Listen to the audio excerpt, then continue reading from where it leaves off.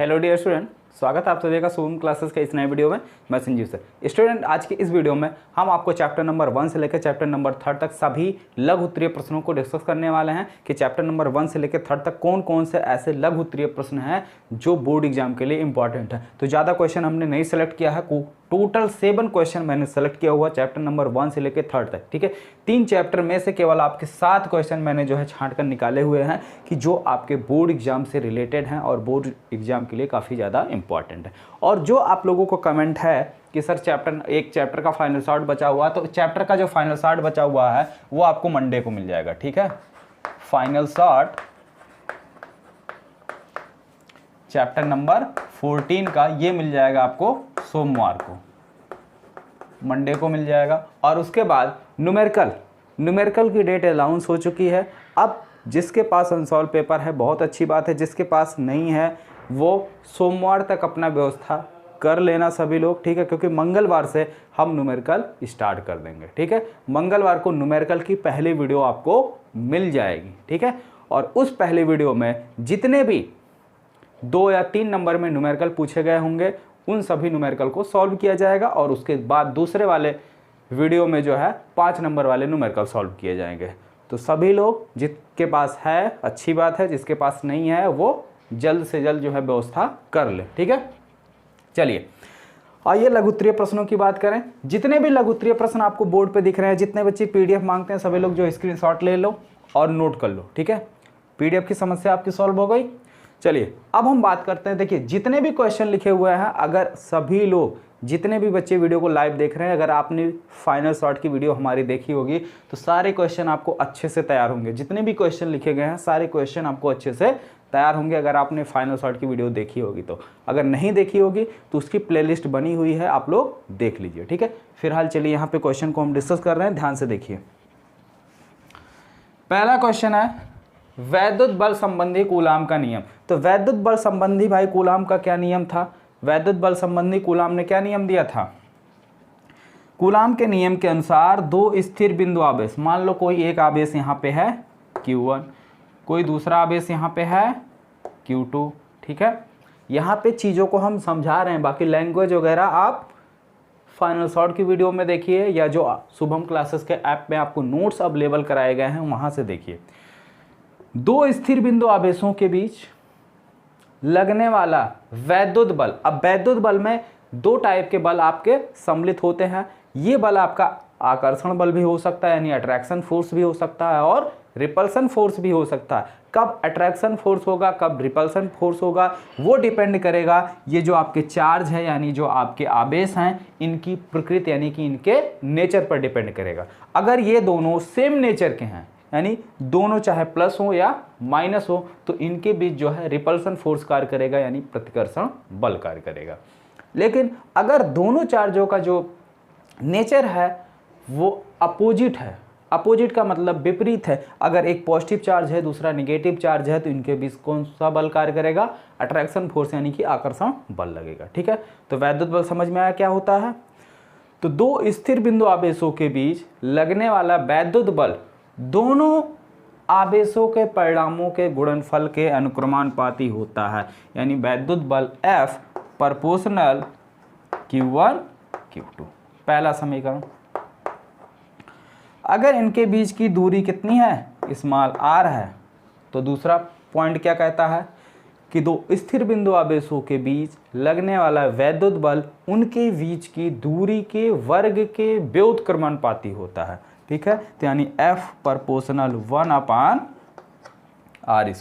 F proportional 1/r²। ये हो गया आपका समीकरण नंबर 2।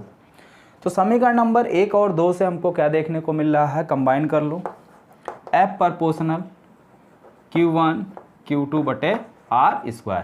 अब ये प्रोपोर्शनल का चिन्ह हटाने के लिए हम क्या करें? एक कांस्टेंट ले आते हैं, तो F = K Q1 Q2/r², जहाँ पे K का मान जो है कितना होता है? जहाँ K = होता है 1/4πε0, 1/4πε0, और ये ε0 क्या है? निर्वात की वैद्युतशीलता है। क्या है? निर्वात की वैद्युत वैद्युतशीलता है, ठीक है, निर्वात की वैद्युतशीलता है। और इसका मान जो होता है वो होता है 9 × 10⁹ 9 × 10⁹ ठीक है, ये इसका मान होता है। तो फाइनली F इक्वल टू क्या मिल गया हमको 1/4πε0 Q1 Q2/r²। ये मिल गया कूलाम का नियम के अनुसार दो स्थिर बिंदु आवेशों के बीच लगने वाले वैद्युत बल का फार्मूला, ठीक है। तो ये है कूलाम का नियम, ठीक। अगला क्वेश्चन देखते हैं। अगला क्वेश्चन क्या है कि एक समान वैद्युत क्षेत्र में द्विध्रुव पर लगने वाला बल युग्म आघूर्ण। अगर कोई एक समान वैद्युत क्षेत्र है, ठीक है, मान लेते हैं कोई एक समान वैद्युत क्षेत्र E है जिसमें हमारा कोई द्विध्रुव रखा गया है। अब उस द्विध्रुव पर एक बल युग्म कार्य करेगा। बल युग्म का मतलब है भाई अकेला एक फोर्स नहीं कार्य करेगा, यानी दो बल एक साथ कार्य करेंगे, ठीक है। और बल युग्म का मतलब होता है कि दोनों बल अपोजिट डायरेक्शन में, ठीक है, दोनों बल अपोजिट डायरेक्शन में काम करते हैं, ठीक है। जैसे मान लीजिए ये है द्विध्रुव, ठीक है, ये किसी एक समान चुंबकीय क्षेत्र में रखा हुआ है, ठीक है। तो इस पे द्विध्रुव पे बल युग्म लगने का मतलब एक बल इधर कार्य करेगा, एक बल इधर, ठीक है। तो ये फ्री हो जाएगा, ठीक है, यानी इस पर क्या होगा, या आप सिंपल सा एग्जांपल देखे होंगे,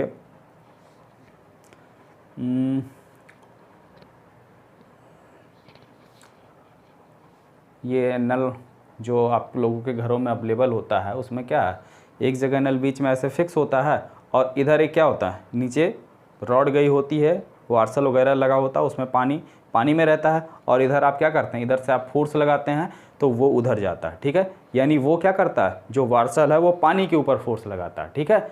उस पर भी फोर्स लग रहा है, लेकिन वो फोर्स किधर लगा, आप इधर ऊपर की तरफ फोर्स लगाया तो वो नीचे की तरफ फोर्स लगाया, ठीक है। उसके बाद आप नीचे की तरफ फोर्स लगाते हैं तो वो उसके ऊपर जितने भी पानी भरे रहते हैं वो सबको ऊपर लेके आता, फिर बाहर पानी निकलता है, ठीक है। तो वहाँ पे भी बल युग्म के सिद्धांत पर भी वो कार्य करता है। तो जैसे मान लीजिए ये क्या है, कोई एक समान वैद्युत क्षेत्र है, ठीक है। इसके बाद हमने मान लिया ये हमारा क्या है, द्विध्रुव, ठीक है, ये हमारा कोई द्विध्रुव AB है रखा हुआ है, ठीक है, टेढ़ा मेढ़ा बन गया है, समझ लेना। तो ये कोई वैद्युत द्विध्रुव AB है, एक चार्ज होता है प्लस और दूसरा हो जाएगा माइनस, ठीक है, क्योंकि द्विध्रुव की परिभाषा ही है कि दो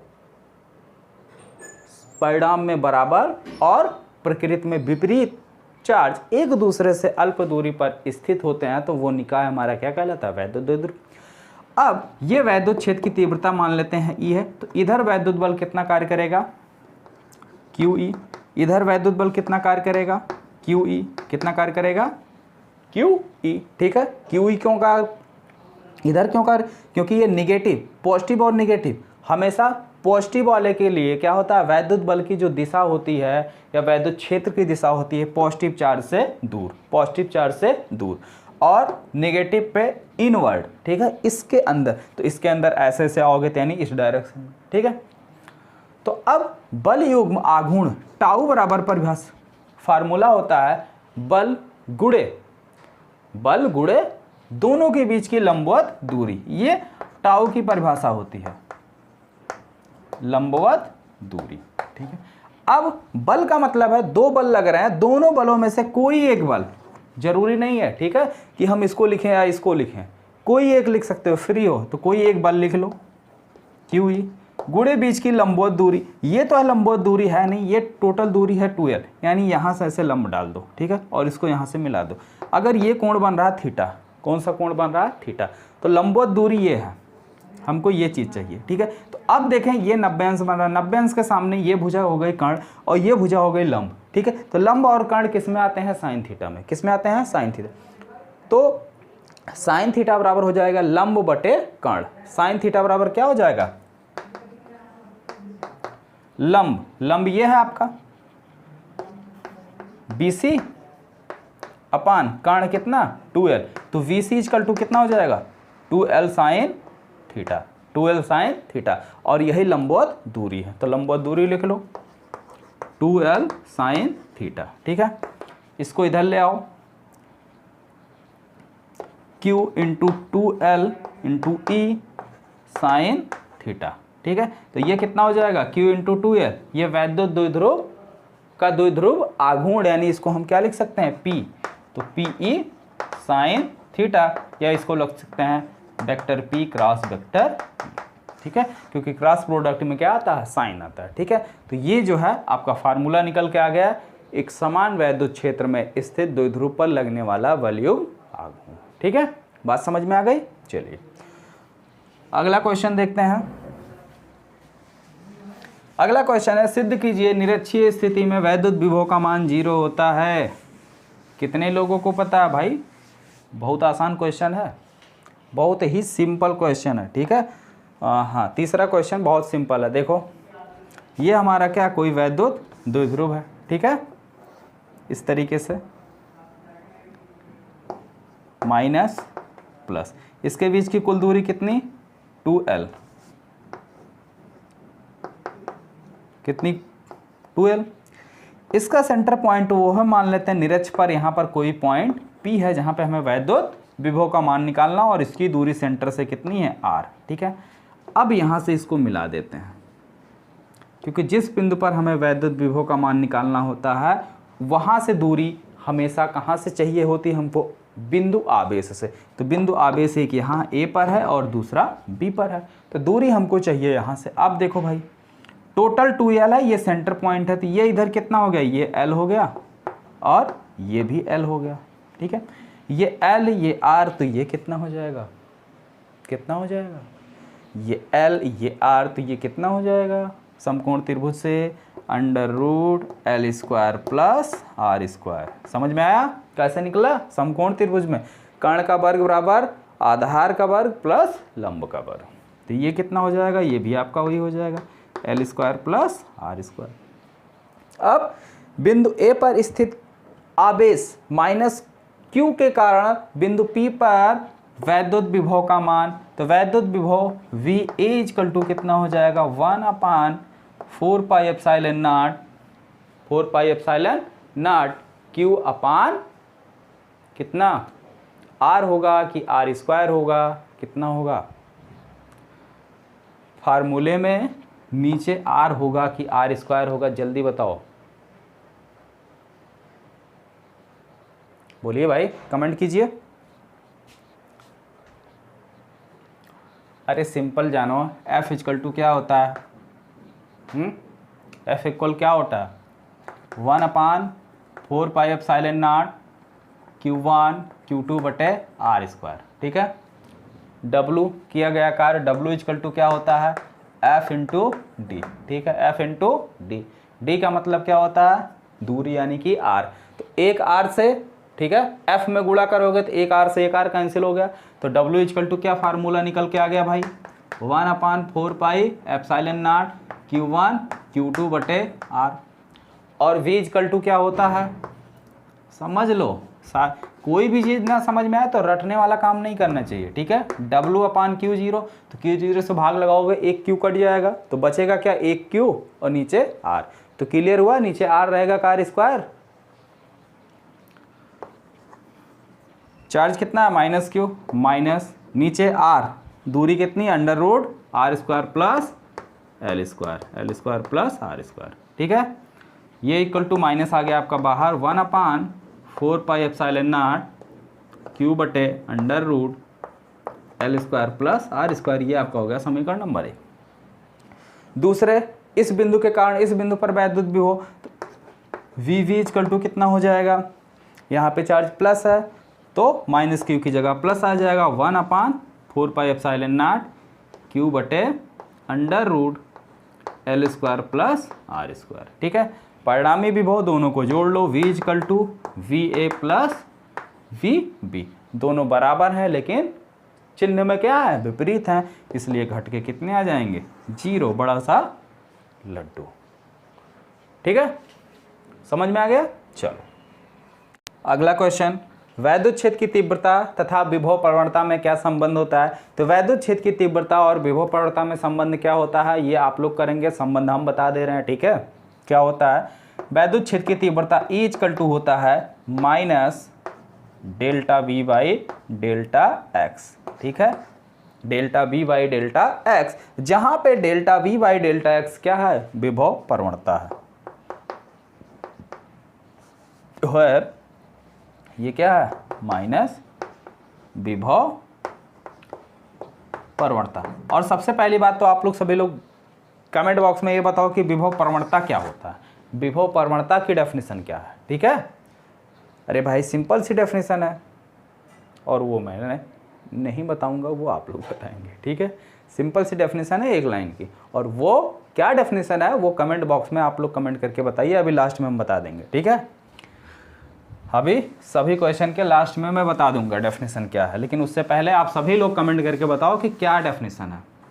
चलो आगे देखो, आवेशित चालक की स्थितिज ऊर्जा, सिंपल सा क्वेश्चन है, कई बार करवाए हैं। U = हाफ CV², इसका भी प्रूफ ट्राई इटसेल्फ।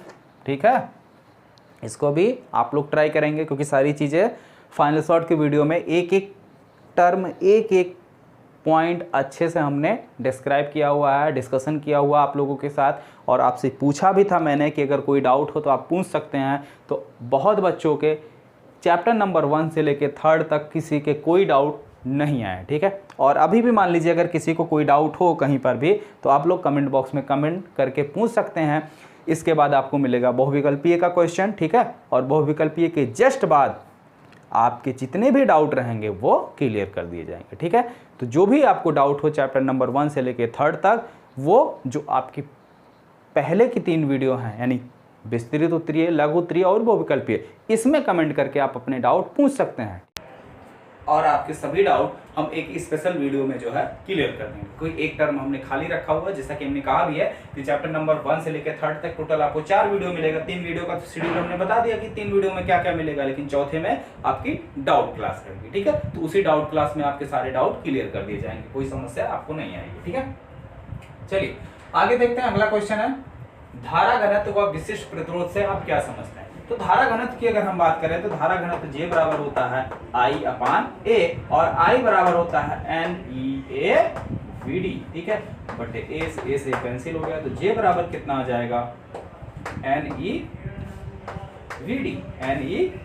ठीक है, और बात अगर हम विशिष्ट प्रतिरोध की करें तो विशिष्ट प्रतिरोध ρ = होता है E/J। ठीक है, सिर्फ अगर यही इतना पूछता है, और अगर आपसे ये 3 नंबर के लिए पूछता है, आप इसके साथ साथ इसका क्या लिखेंगे, मात्रक भी लिखेंगे। इसका मात्रक क्या हो जाएगा, एम्पीयर/मीटर²। इसका मात्रक क्या होगा, एम्पीयर/मीटर²। इसका मात्रक क्या हो जाएगा, इसका मात्रक वैद्युत क्षेत्र की तीव्रता का मात्रक आप लिखिए, उसके बाद J का मात्रक यहाँ लिखा हुआ है। ठीक है, वैद्युत क्षेत्र की तीव्रता के मात्रक में J के मात्रक से आप भाग कर देंगे, फिर जो आएगा वही आपके विशिष्ट प्रतिरोध का मात्रक होगा। ठीक है, इतनी बात आपको समझ में आ गई। चलिए आगे देखते हैं। अगला क्वेश्चन है, धारा तथा अनुगमन वेग में क्या संबंध है। तो धारा तथा अनुगमन वेग में जो संबंध है I = NEA/VD, ये संबंध होता है। ये कहाँ से आया है, इसको कैसे डिराइव किया गया है। ठीक है, कई बार हम आपको डिस्कस कर चुके हैं, आपको बता चुके हैं। आप सभी लोग इस क्वेश्चन को जो है ट्राई कीजिएगा। तो आज की इस वीडियो में जितने भी क्वेश्चन हमने नहीं एक्सप्लेन किए हैं, इन सभी क्वेश्चन को आप खुद से कॉपी पेन लेके एक्सप्लेन कीजिएगा, और अगर कोई भी समस्या, कोई डाउट आता है तो आप नीचे कमेंट बॉक्स में कमेंट करके पूछ लेना। ठीक है, नेक्स्ट दिन हम जो है इसको बता देंगे। यहाँ तक कोई समस्या। हाँ, लास्ट में हमने कहा था एक इसकी परिभाषा बताने के लिए, तो चलिए देख लीजिए भाई, विभव प्रवणता की क्या परिभाषा है। दूरी के सापेक्ष विभव के मान में होने वाले परिवर्तन को विभव प्रवणता कहते हैं। सिंपल सी इसकी डेफिनेशन थी। ठीक है, तो यहाँ तक चीजें सबको समझ में आई, और जितने भी बच्चे वीडियो को लाइव देख रहे हैं सभी लोग वीडियो को लाइक कर दीजिए, और अपने दोस्तों में भी अधिक से अधिक शेयर कर दीजिए, जितना हो सके शेयर कीजिए। ठीक है, मिलते हैं फिर नेक्स्ट वीडियो में, और फाइनल शॉट वाली वीडियो आपको मिल जाएगी सोमवार को, और मंगलवार से जो है आपके न्यूमेरिकल। ठीक है, तो न्यूमेरिकल की पहली वीडियो में पता ही आपको क्या मिलने वाला है, 2018 7 सेट। ठीक है, 2018 में जो आपके 7 सेट पूछे गए हैं उन सभी के लघु उत्तरीय, यानी 2 और 3 नंबर में जितने भी न्यूमेरिकल है उनको एक साथ, और उसके बाद फिर 5 नंबर वाले या 4 विस्तृत उत्तरीय वाले न्यूमेरिकल एक साथ। ठीक है, इस तरीके से डिस्कस कर दिया जाएगा। ओके, तो मिलते हैं फिर नेक्स्ट वीडियो में। जो भी डाउट होगा आप नीचे कमेंट बॉक्स में कमेंट करके पूछ लेना।